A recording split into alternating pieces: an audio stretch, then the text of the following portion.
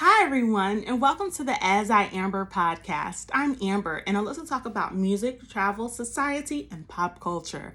On today's episode, just a little throwback R&B vibes. I want to give a concert review about singer Babyface and Kem's Full Circle tour. So it was an amazing show. I happened to have gone to the second show that was on Saturday, April 9th in Atlanta, Georgia at the Fox Theater, which is downtown Atlanta. A beautiful venue, super intimate, super comfortable, and everyone seemed to enjoy themselves at the concert. You saw a lot of aunties, uncles, cat daddies, all in between. So I was a baby considered being at a Babyface and Kem concert, but I grew up listening to that music when I was little. My parents would play that kind of stuff when I would be in my car seat or on the way to school listening to the Tom Joyner morning show, or listening to Kiss 104.1. All those R&B songs, if you grew up in a certain time period, you listen to what your parents listened to. This before iPhones, and you could create your own playlist. So I'm very familiar with a lot of their music, and this was the first concert that I've attended since April. Well, actually, the last concert that I went to was December of 2019 to see Ariana Grande at the Sweetener World Tour in South Carolina. And I haven't been to a concert since December 2019, so I was really excited.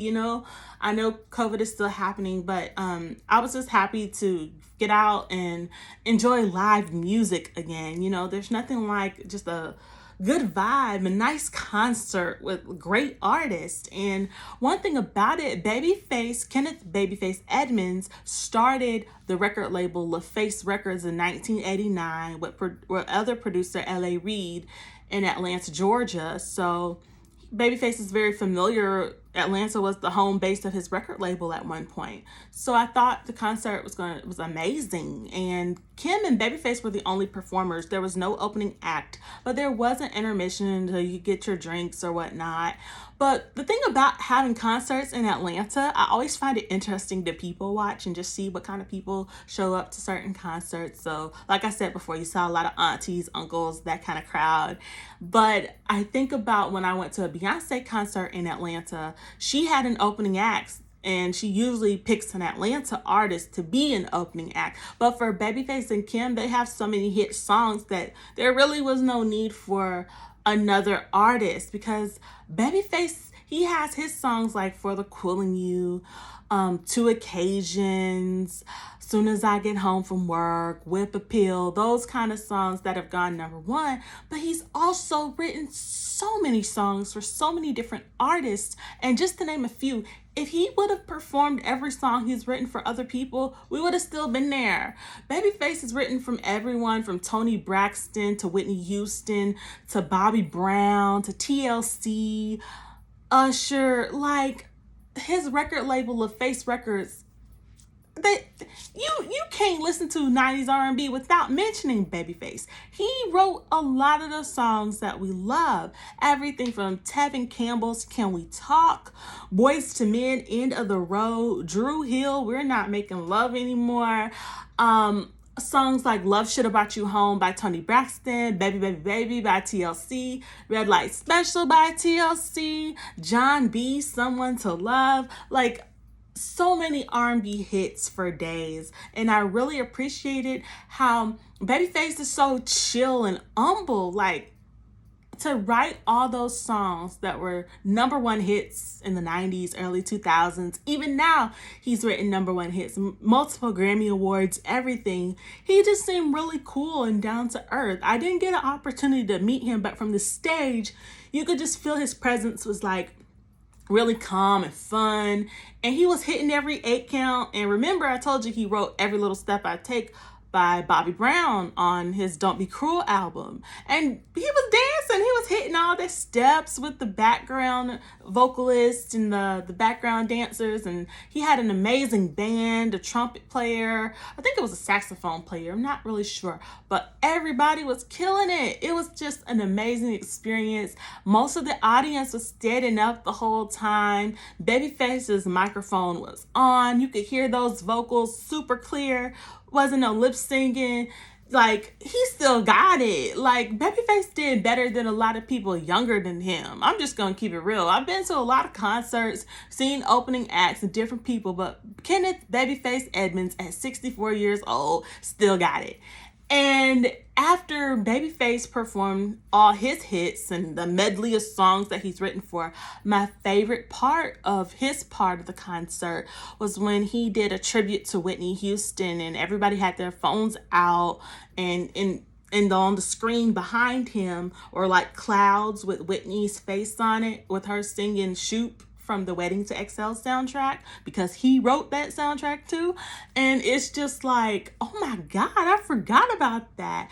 And I just remember growing up listening to all these songs, and it was just amazing to me to finally see the person that wrote it. I like artistry, I like words, lyrics, and all that stuff. So it was amazing to finally see one of the greatest songwriters of our generation perform those songs that he wrote for other people. Then it was an intermission, you get your drink, go to the restroom, come back or whatever, and Kem performed. And Kem changed clothes twice. He had on this really fly magenta pink kind of color suit, and then he changed clothes into this very bright aqua suit as well. It was very tailored, and it fit his complexion and his body type, and it was really sharp looking and really nice. And, you know, Kem, he says, "Hey girl," in a lot of his songs, and the audience is going crazy. And his background dancers, his background vocalists, his band, the graphics, everything was on point. And I absolutely loved it. He did songs like "I Can't Stop Loving You," "You're on My Mind," just so many songs that he did. And he also did a little tribute to the group Shalimar. "This is for the lover in you." He did a lot of like tribute medleys as well. So I absolutely love the Full Circle Tour. If they're coming to your city, I guarantee you will not regret it. Go to Ticketmaster, find out more information about the cost and all that type of stuff, or go to your local venue and get cheaper tickets for a better price or whatnot. So I absolutely loved it. In the meantime, between time, you can check out my Full Circle playlist at asiamber.com, on Spotify and Apple Music under As I Amber Jams. And yeah, I loved it. After that, after I've been listening to a lot of music, because after watching the Grammys and then going to the Full Circle Tour, I've been listening to a lot of Alex Isley. She's really great to me. And Lucky Day, he's great as well. But Alex Isley, her dad is Ernie Isley, the legendary guitarist of the Isley Brothers. And Alex has an amazing, soothing, soft voice, but I really like her music. And she has an album out called Marigolds. You should check it out. I really like it.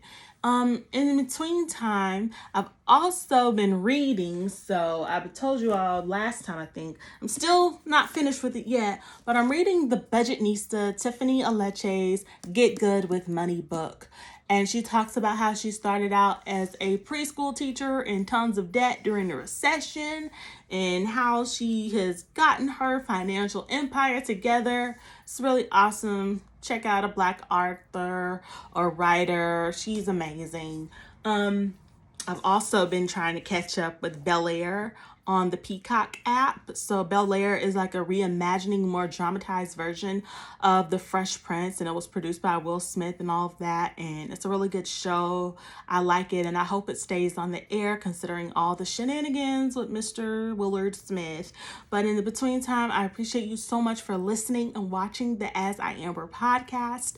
If you don't mind, like, share, comment, subscribe. Let me know, what's your favorite Babyface or Kem song? And also, don't forget to follow me on Instagram and Twitter at As I Amber. Thank you so much for listening. Good afternoon or good night. Bye.